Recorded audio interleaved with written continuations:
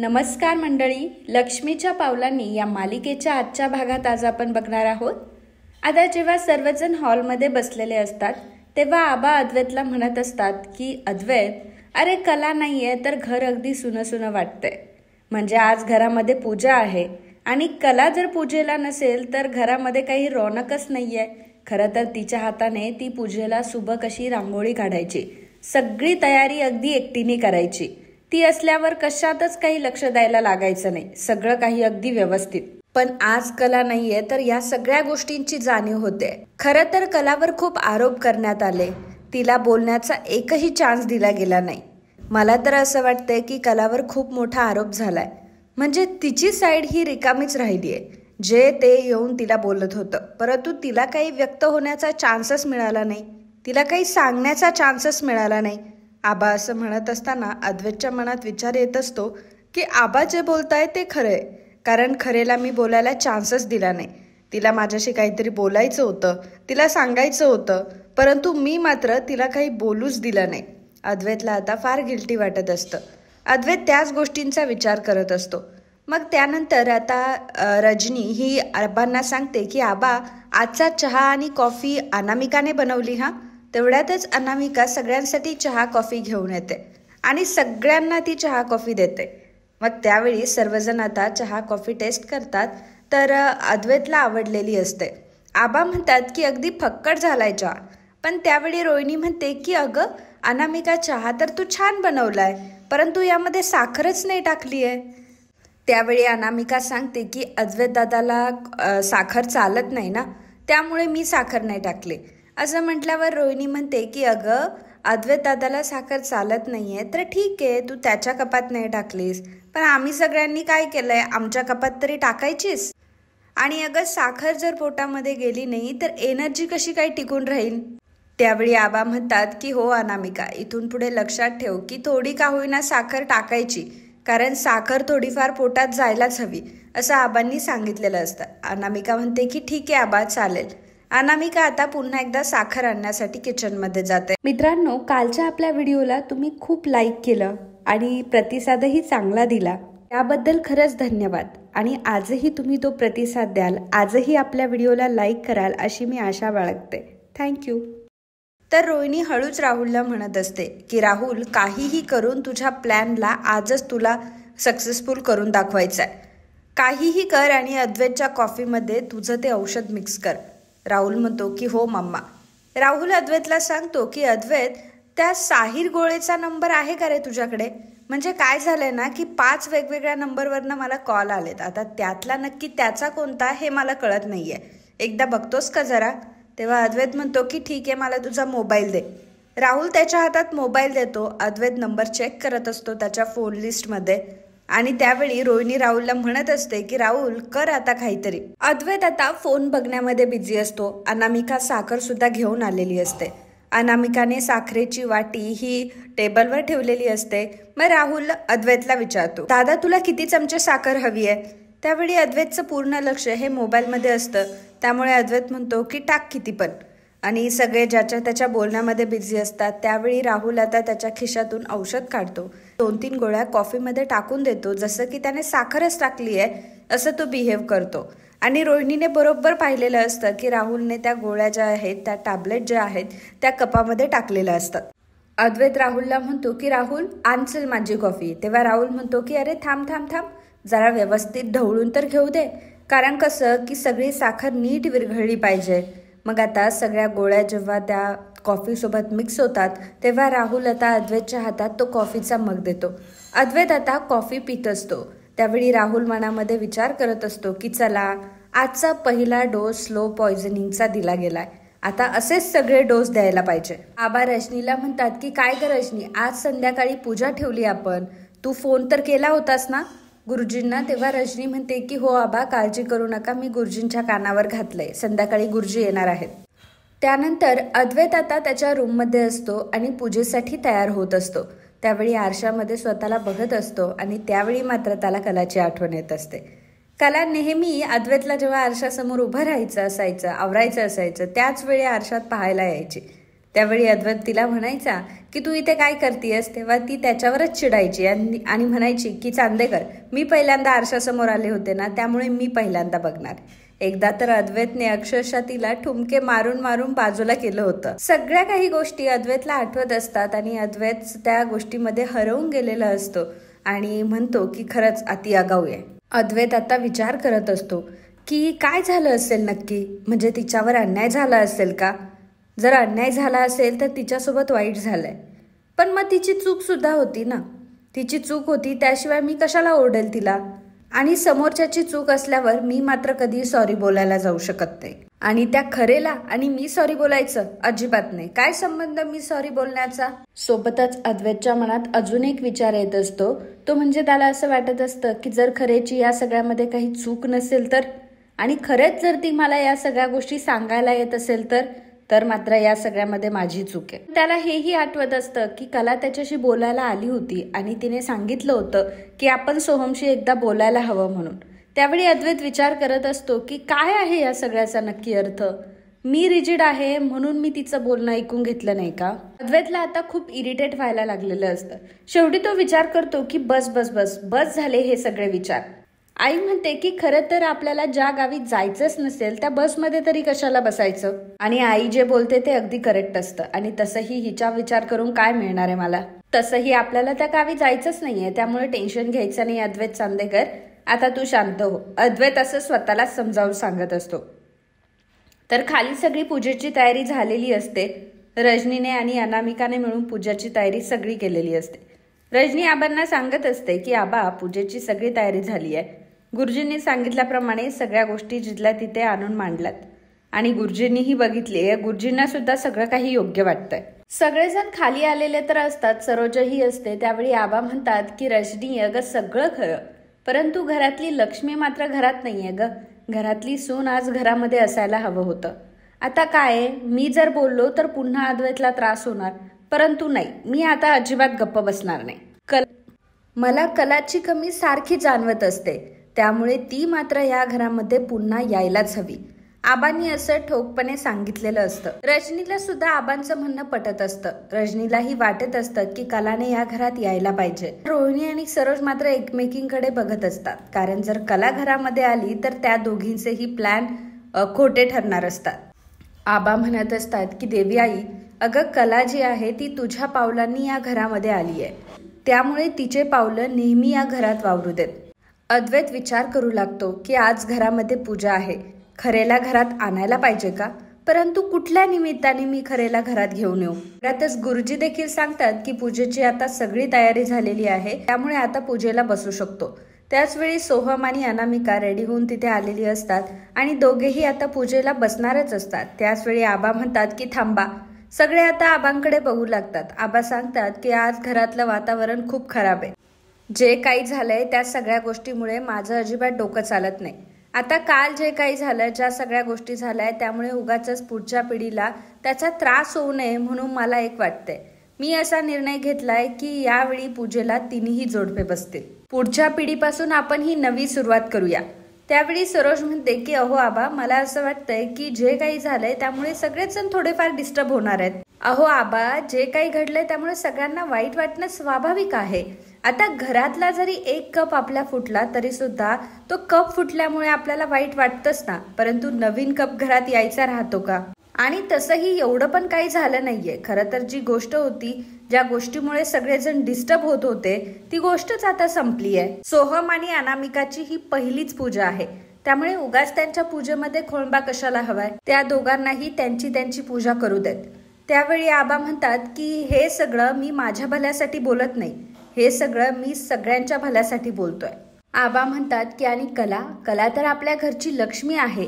या घरात लक्ष्मीच्या पावलांनी ती घरामध्ये आलेली आहे आणि आता मात्र लक्ष्मीने आपल्याकडे पाठ फिरवली आहे. मला तर एवढंच कळतं की काहीही करून कला ही घरामध्ये आलीच पाहिजे आणि कला सुद्धा पूजेला बसलीच पाहिजे, कारण ती देखील या घरची लक्ष्मी आहे.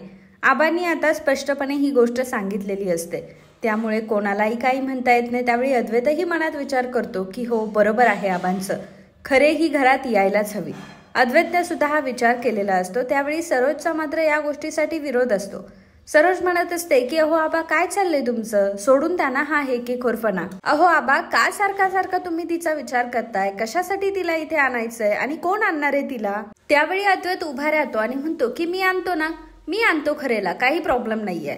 आई तू निश्चिंत राहा. जसं की आईला खूप टेन्शन आलं होतं, बाबा कला घरामध्ये येणारच नाहीये, ती का येणार नाहीये, तिने घरात यायला हवं. आणि हा अद्वैत तिला सांगत असतो की काही टेन्शन घेऊ नको आई, मी घेऊन येतो खरेला. अद्वैत सगळ्यात पहिल्यांदा देवाच्या पाया पडतो आणि मग तिथेच ठेवलेला प्रसाद आता हळूच उचलतो आणि विचार करतो की जाऊ दे, हा प्रसाद खरेंना द्यायला गेलो होतो असा बहाणा करून आता खरेच्या घरी जातो. त्यावेळी सरोज अद्वैतला म्हणते की अद्वैत अरे.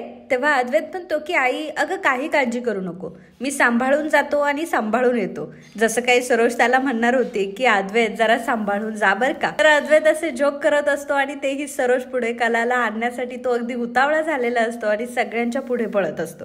ते बघून सरोजला मात्र खूप राग येत असतो.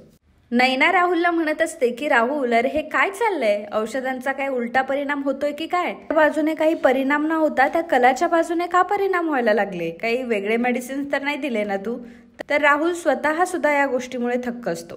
तर इकडे कला तिच्या बाबांशी बोलत असते. बाबांना ती सांगत असते की बाबा मी सोबत एक मोठं पातेलं सुद्धा दिलंय हा मिसळीसाठी, आणि तुम्ही सारखं सारखं घरी ये जा करू नका हो, किती ऊन आहे माहितीये ना तुम्हाला, ये जा करू नका, सगळ्या गोष्टी मी आत्ताच देऊन ठेवल्या. आणि हो तुम्हाला कांदा लिंबू कापण्यासाठी पेपर हवा असतो ना, हे बघा तुम्हाला पेपर सुद्धा देते मी. कला आता पेपर आणण्यासाठी उठलेली असते. त्यावेळी संगीताला मात्र कलाकडे बघून फार बरं वाटतं.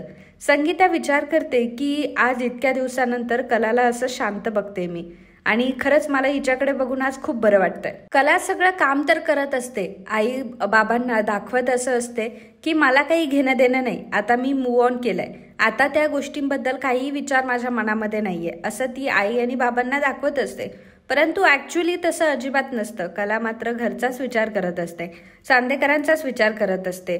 विचार तिच्या मनामध्ये सुरू असतो की आता सोहमची आणि अनामिकाची पूजा असेल आणि एव्हाना आता पूजा सुरू सुद्धा झाली असेल, सगळी काही तयारी व्यवस्थित तर झाली असेल ना. कला खरेंच्या घरात राहून सुद्धा तिला चांदेकरांच्या घरचाच विचार पडत असतो. आता त्याच वेळी अंगणात गाडीचा आवाज आलेला असतो. कला खुश होते. कला विचार करते की अरे हा तर चांदेकरच्या गाडीचाच आवाज आहे, 100% चांदेकरची गाडी आहे, आणि याचा अर्थ अद्वैत आलाय का इथे. आता कला खूप खुश होते. कला लगेच उठून उभी राहते. त्याच वेळी संगीता देखील म्हणते की कोण आलं असेल आता, आणि अद्वैत त्याच वेळी घरामध्ये येतो. कला जेव्हा अद्वैतला समोर बघते तेव्हा भूतकाळातल्या गोष्टी तिला आठवू लागतात, ज्या अद्वैत घालवलेले असतात ते सगळे चांगले क्षण तिला आठवू लागतात. ती विचार करू लागते की हा खरंच चांदेकर आहे आणि हा खरंच मला न्यायला आलाय का. कला खूपच खुश झालेली असते. कलाला खूप आनंद झालेला असतो. अद्वैत आता तिच्या समोर असतो आणि हळूहळू हळूहळू अद्वैत आता तिच्याकडे येत असतो. त्यावेळी होतं असं, कलाने जे लिंबू आणि कांदा ठेवण्यासाठी जे पेपर कापलेले असतात, वाऱ्याची अचानक झुळूक येते आणि सगळे पेपर आता उडू लागतात. अद्वैत आणि कलाच्या अंगावर सगळे पेपर उडत असतात. एकदम रोमॅन्टिक असा सीन चालू असतो. अद्वैत कलाच्या जवळ येत असतो आणि कलासोबत घालवलेले चांगले क्षण त्याला आठवत असतात. कलाकडे तो बघत असतो. हळूहळू तो कलाच्या जवळ येतो, परंतु पेपरवरनं त्याचा पाय सरकतो आणि तो कलाच्या अंगावर जाऊन पडतो. त्यावेळी कला देखील अद्वैतला सावरते. दोघंही आता एकमेकांकडे बघत असतात. संगीता सुद्धा कला आणि अद्वैतकडे खूप प्रेमाने बघत असते. त्या दोघांना असं एकत्र बघून तिला खूप छान वाटत असतं. परंतु पेपर खूप उडत असतात. त्यामुळे संगीता काजलला सांगते की अगं काजू, पहिल्यांदा ती खिडकी जाऊन बंद कर, अगं हवा खूप सुटलीये त्यामुळे पेपर पण उडताय. काजल पटकन जाते, दरवाजा खिडक्या सगळ्या बंद करून घेते. तर आता अद्वैत खाली बसलेला असतो. काजल विचारते की दाजी तुम्ही इथे कसं काय. त्यावेळी अद्वैत म्हणतो की कसं काय म्हणजे, हिला न्यायला आलोय मी. तेव्हा कला विचार करते की अरे बापरे, मला न्यायला आलाय. खरं तर मनातून खूप आनंद झालेला असतो, पण चेहऱ्यावर तसं काही दाखवायचं नसतं, भाव खायचा असतो. मग कला अद्वैतला म्हणते की मला का न्यायला आलाय. कला बाबांना म्हणत असते की अहो जावई बापू आपल्या कलेला न्यायला आलेत, त्यामुळे मला काय वाटतं आपण थोडीशी माघार घ्यावी आणि ते न्यायलाच आले तर आपण कलेला पाठवूयात. मग की जावई बापू थांबा तुम्ही 2 मिनिट, मी तुमच्यासाठी मस्तपैकी आल्याचा कडक असा चहा करते. त्यावेळी अद्वैत म्हणतो की नाही नको. ऍक्च्युली मिसेस खरे, मी ज्या कामासाठी आलोय तेच काम मी पहिल्यांदा करतो. अद्वैत कलाला सांगत असतो, खरे सोहम आणि अनामिकाच्या लग्नानंतरची पहिली पूजा आहे आपल्या घरामध्ये, आणि गुरुजींनी असं सांगितलंय की चांदेकरांच्या उज्ज्वल भविष्यासाठी तिन्ही जोडप्यांनी एकत्र पूजेला बसावं. त्यामुळे आबा म्हणालेत म्हणून मी घ्यायला आलोय. त्यामुळे उगाचच आता वेळ वाया घालू नको आणि चल माझ्यासोबत. आता अद्वैतला वाटत असतं की कलाने त्याच्यासोबत यावं. खरं तर त्यालाच खूप हौस असते कलाला घरी घेऊन जाण्याची, परंतु दाखवत असं असतो की मला काही नाही बाबा, आबांचं म्हणणं आहे म्हणून मी तुला घ्यायला आलोय, माझं तसं काही नाहीये. मग कलाला सुद्धा त्याच्यापेक्षाही जास्त ॲटिट्यूड असतो. कला आता त्याच्याकडे रागाने बघत असते. मग कला अद्वैतला प्रश्न विचारते की चांदेकर, आपल्यामध्ये काय झालंय, हे गोष्ट विसरलास का तू? अद्वैत म्हणतो की अजिबात नाही विसरलोय, परंतु आबांनी बोलवलंय. नाही म्हणजे आता पूजेला तर तू येशीलच ना, शेवटी आबांनी सांगितलंय ना. तर कला म्हणते की अच्छा, म्हणजे आबांनी सांगितलंय म्हणून तू मला घ्यायला आलाय. तर आबांनी सांगितलंय म्हणून तर मी तुला घ्यायला आलोय, माझं असं काही नाहीये, अद्वैत तिला सांगत असतो. त्यावेळी कला म्हणते की अच्छा, म्हणजे आबांनी सांगितलंय म्हणून तू मला इथे घ्यायला आलाय का? ठीक आहे, मग असं जर असेल तर मी अजिबात येणार नाही. कलाने सुद्धा तोंडावर नाही म्हणून सांगितलेलं असतं. अद्वैत विचारतो की तू येणार नाही म्हणजे यावं लागेल तुला, असं कसं तू येणार नाही? आबांनी सांगितलंय तुला आणायला, आबांनी बोलवलंय तुला. कला विचार करू लागते की काय करू. आतापर्यंत तर आजोबांचा शब्द मी कधीही टाळलेला नाहीये, मग आता काय करू? कलाला मोठा प्रश्न पडलेला असतो, परंतु कलाला पुढच्या तिच्या सुखी संसारासाठी हे करणं गरजेचं असतं.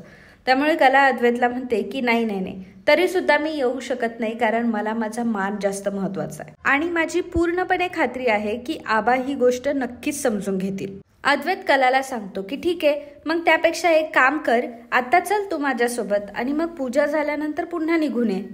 पण कला सुद्धा आता ठामपणे अद्वैतला सांगते की चांदेकर, एकदा तुला सांगितलं ना की मी येणार नाही म्हणजे नाही येणार. त्यावेळी संगीता ही बाबांना म्हणत असते की अहो, ही अशी काय करते, तुम्ही तरी हिला काहीतरी समजवा. बाबा सुद्धा कलाला समजावून सांगत असतात की कले, अगं असं नको करूस, अगं तुझ्या घरचे सगळे लोक तुझी वाट बघताय आणि काही करून आता तुला तुझ्या सासरी जावंच लागेल ना बाळा. तेव्हा कला म्हणते की नाही बाबा, हल्ली काही गोष्टी माझ्या मनामध्ये फिक्स झाल्या आणि स्पष्ट झाल्यात आणि त्या आता नाही बदलू शकत. नाही, आतापर्यंत मी खूप चांगुलपणा दाखवला, खूप समजूतदारपणा दाखवला, परंतु नाही, आता मात्र तशी वेळ नाहीये आणि आता मात्र या सगळ्या गोष्टी मला नाही जमणार. आता कलाने नाही म्हटल्यामुळे अद्वैतला राग येतो. अद्वैत लगेचच आबांना कॉल करतो आणि आबांना सांगतो की आबा, तुमची ऑर्डर फॉलो करण्यासाठी मी इथे आलोय आणि मी कलाला घेऊन जायला आलोय, परंतु तिला खूप माज आहे आणि ती तुमची ऑर्डर फॉलो करणार नाहीये. तुम्हीच एकदा बोला बरं तिच्याशी. आता अद्वैत असं म्हटल्यावर कलाला मात्र खूप राग येत असतो की कशा माझ्या चुगल्या करतोय हा. मग अद्वैत आबांना म्हणतो की आबा, तुम्ही एक काम करा, हिच्याशी बोला. असं म्हणून अद्वैत आता फोन स्पीकरवर ठेवतो आणि म्हणतो की बोल. आबा म्हणत असतात की कला, अगं बाळा, घरी ये ना तू. आता तू मला सांग बरं, घरातली लक्ष्मी जर अशी घराबाहेर राहिली तर कसं चालणार आहे? हे बघ कला, अगं तू परत ये, हे घर तुझं आहे, तू या घरची लक्ष्मी आहे. तू जर अशी उलट्या पावलांनी निघून गेली तर कसं व्हायचं या घराचं? हे बघ, तुमचं कुटुंब वाचव आणि आमचंही कुटुंब वाचव. खरं तर कला, माझं मन खूप घाबरतंय ग. कला म्हणते की आजोबा, अहो काळजी करू नका, मला तुमची फार काळजी वाटते, तुम्ही आता बिनधास्त राहा. हे बघा, जे काही होऊन गेलं, खरं तर त्या गोष्टीमुळे मला सुद्धा खूप मनस्ताप झालाय आणि त्या गोष्टींचा मला विचार सुद्धा करवत नाहीये. आजोबा, मी आतापर्यंत कुठल्याही कर्तव्याला नाही अजिबात म्हटले नाही. आतापर्यंत मी कधीही काहीही चुकवलं नाही. परंतु आबा, मला एक गोष्ट सांगा की सगळ्या काही जबाबदाऱ्या मीच घ्यायच्या आहेत का? आजोबा, तुम्हीच मला सांगा की सगळी जी कर्तव्य आहे ती मीच पार पाडायची आहे का एकटीने? चांदेकरला काय वाटतंय, त्याचं काही या सगळ्यावर म्हणणं आहे, एकदा त्याला विचारा ना तुम्ही. त्याला तुम्ही स्पष्टपणे विचारा की फक्त चांदेकरांची इज्जतच वाचवायची आहे की त्याला त्याचा संसार देखील वाचवायचा आहे. आबा कलाला सांगतात की अगं कला, तू त्यासाठीच तर तिकडे आलाय ना. तेव्हा कला म्हणते की आजोबा, असं तुम्हाला वाटतंय, त्याला वाटतंय का असं एकदा विचारा तुम्ही. नक्की तो काय समजतो आमच्या नात्याला? घरात डिवोर्स पेपर काय आणून ठेवतो? आम्ही खरं तर एकमेकांसारखे आहोत का? कंपॅटिबिलिटी खरंच आमच्या दोघांमध्ये आहे का? हे बघण्यासाठी, नातं तोलण्यासाठी घरामध्ये बोर्ड काय आणतो, त्यावर समानता भिन्नता असे रकाने काय करतो आणि त्यामध्ये समानता आणि भिन्नता लिहितो काय? आणि दुसरी गोष्ट म्हणजे डिवोर्स पेपर घरात आणून ठेवले होते, ते पेपर आधीच साईन करायला हवे होते, अशा काय बाता करायला लागलाय तो? आजोबा, आता या सगळ्या गोष्टीच्या पलीकडे मी जाऊन तुम्हाला सांगते की खरं काय आहे ते. खरं तर चांदेकरला हे नातं अजिबात टिकवायचं नव्हतं. मग आबा, तुम्हीच मला एक गोष्ट सांगा की ह्या अशा परिस्थितीमध्ये ओढून ताणून मी हे नातं किती टिकवण्याचा प्रयत्न करणार आहे? शेवटी ते नातं आहे, ओढल्याने ताणल्याने ते फाटणार आहे, तुटणार आहे. आणि तुम्हीच मला सांगा की नात्याची जर अशी परिस्थिती असेल तर मी कुठल्या अधिकाराने तिथे पूजेला येऊन बसू? खरं तर माझ्या नावासमोर ज्याचं नाव लागलंय त्याला या सगळ्या गोष्टी अजिबात नको आहेत. नवरा म्हणून तो मला घरामध्ये घेऊन आला होता. तुम्ही, रजनी मॅडम किंवा सरोज मॅडम अजिबात मला घेऊन आला नव्हता. त्याने माझ्या गळ्यात मंगळसूत्र बांधलं आणि 7 फेरे सुद्धा त्याने माझ्यासोबत घेतलेत. मग मला एक गोष्ट कळत नाही की मी त्या घरामध्ये राहायचं की नाही या गोष्टीचा विचार तो दुसऱ्यांच्या डोक्याने का म्हणून करत होता. आबा आता तुम्हीच मला गोष्टी सांगा की मी घरी यावं की नाही याबद्दल त्याला मात्र काहीच वाटत नाही. मग आता तुम्हीच मला सांगा की कुठल्या हक्काने मी घरात यायचंय. आणि आजोबा फक्त घरी यायचं नाही हो, दाम्पत्य म्हणून पूजेला सुद्धा बसायचंय. बाबा मग तुम्हीच मला एक गोष्ट सांगा की ही फसवणूक नाहीये का? जे दाम्पत्यच नाहीये तर पूजेला बसण्यामध्ये तरी काय अर्थ आहे? त्यामुळे आबा मी आता ठरवलंय की जोपर्यंत हा मला मानाने घरी घेऊन येत नाही तोपर्यंत मी काही घरी येणार नाही. आणि अतिशय स्पष्टपणे तिचं मत आता आजोबांना सांगितलेलं असतं. ते बघून अद्वैत सुद्धा थक्क झालेला असतो, कारण आता कला अगदी बरोबर असते. कला अद्वैतचा हात धरून घरामध्ये आलेली असते, इतरांचा हात धरून ती घरामध्ये अजिबात आलेली नसते. किंवा चांदेकरांच्या इज्जतीसाठी तिने अजिबात लग्न केलेलं नसतं, तर तिचा संसार टिकवण्यासाठी, तिच्या नवऱ्यासोबत राहण्यासाठी आणि मग चांदेकरांचं घर सांभाळण्यासाठी तिने हे सगळं केलं होतं. परंतु या सगळ्या गोष्टींचा अगदी विरुद्ध परिणाम होत असतो. अद्वैतला मारून मारून सरळ करून नात्यात उभं करण्यामध्ये कलाला काही एक इंटरेस्ट नसतो. त्याच्यावर कुठल्याही प्रकारचा दबाव तिला टाकायचा नसतो आणि अगदी हेल्दी रिलेशन तिला पाहिजे असतं. त्यामुळे तिने ठरवलेलं असतं की आता जर ती चांदेकरांच्या घरात गेली तर मात्र ती सगळ्या गोष्टींचा विचार करून जाणार. ज्यावेळी अद्वैत तिला मानाने घरामध्ये घेऊन जाणार तरच ती घरामध्ये जाणार, नाहीतर ती कायम खरेंच्या घरी राहणार. असा शब्द आता कलाने स्पष्टपणे आबांना दिलेला असतो आणि अद्वैत या सगळ्या गोष्टी ऐकत असतो. आता अद्वैतला सुद्धा काही गोष्टी कळून चुकलेल्या असतात. त्या म्हणजे आपण जो विचार करत होतो की आपण कलाला घ्यायला आलो, आपल्याला वाटलं की आबांचं नाव सांगून खरे येईल घरी, परंतु खरेने तसं अजिबात केलं नाही. खरे यायला अजिबात तयार झाली नाही. याचा अर्थ मला आता काहीतरी करावं लागेल. मला आता माझा जो एक्स्ट्राचा ॲटिट्यूड आहे तो आता काढून टाकावा लागेल आणि खरेला आता मला प्रेमाने समजवून आणि मगच घरी आणावा लागेल. तर मित्रांनो, आजचा हा भाग इथे संपतो. पुढील भागात आपल्याला बघायला मिळणार आहे. अद्वैत कलाला म्हणत असतो की अगं खरे, आबांनी तुला बोलवलंय, त्यांचा हेतू जरा बघ. तेव्हा कला अद्वैतला सांगते की त्यांचा हेतू मला अतिशय क्लिअर आहे, तू तुझं बोल. त्यावेळी अद्वैत म्हणतो की नेहमी तू स्वतःच्या मनाचंच करते, नेहमी तुझं असंच असतं खरे की तू स्वतःच्या चुका दुसऱ्यांवर ढकलत असते. मग त्यानंतर काय करते तू? साधा भोळा चेहरा करते आणि मग सगळ्या गोष्टींचा आव्हानते. अद्वैत असं बोलल्यामुळे कलाला खूप राग येतो. मग कला आता दरवाजा बंद करून घेते. कला एका खोलीत निघून गेलेली असते आणि कलाने दरवाजा बंद करून घेतलेला असतो. आता शेवटी कलाने स्वतःने दरवाजा बंद करून घेतल्यामुळे अद्वैतचं आता काहीही चालत नाही. अद्वैत म्हणत असतो की मिसेस खरे चला मग येतो मी, असं अद्वैत म्हणत असतो. त्यावेळी कला सगळं ऐकत असते. अद्वैत आता दारामध्ये असतो. त्याचवेळी कला आता दरवाजा उघडते आणि अद्वैत जवळ येते, समोर उभी राहते. आता अद्वैत समोर ती अशी तशी उभी नाही राहत, तर अद्वैत समोर ती मस्तपैकी स्माइल करून उभी राहते. तर अद्वैतला असं वाटतं की चला, खरेचा सगळा राग गेलेला आहे आणि खरे आता पुन्हा चांदेकरांच्या घरी यायला तयार झाली आहे. परंतु मित्रांनो, असं काहीही नसणार आहे. कलाला अद्वैतचा रागच आलेला आहे. ती काय अद्वैत सोबत जाणार नाही, परंतु अद्वैतला असं भासवण्यासाठी ती त्याला स्माइल करते आणि नंतर ती त्याला सांगणार की मी काय तुझ्यासोबत येणार नाही. तर मित्रांनो, तुम्हाला काय वाटतं याबद्दलचं? तुमचं मत आम्हाला नक्कीच कळवा.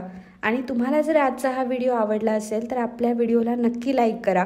सोबत चॅनलला देखील सबस्क्राईब करा, बेल आयकॉनवर क्लिक करा, म्हणजे जेव्हा कधी आम्ही व्हिडिओ अपलोड करू तेव्हा तुम्हाला त्याचे नोटिफिकेशन मिळतील.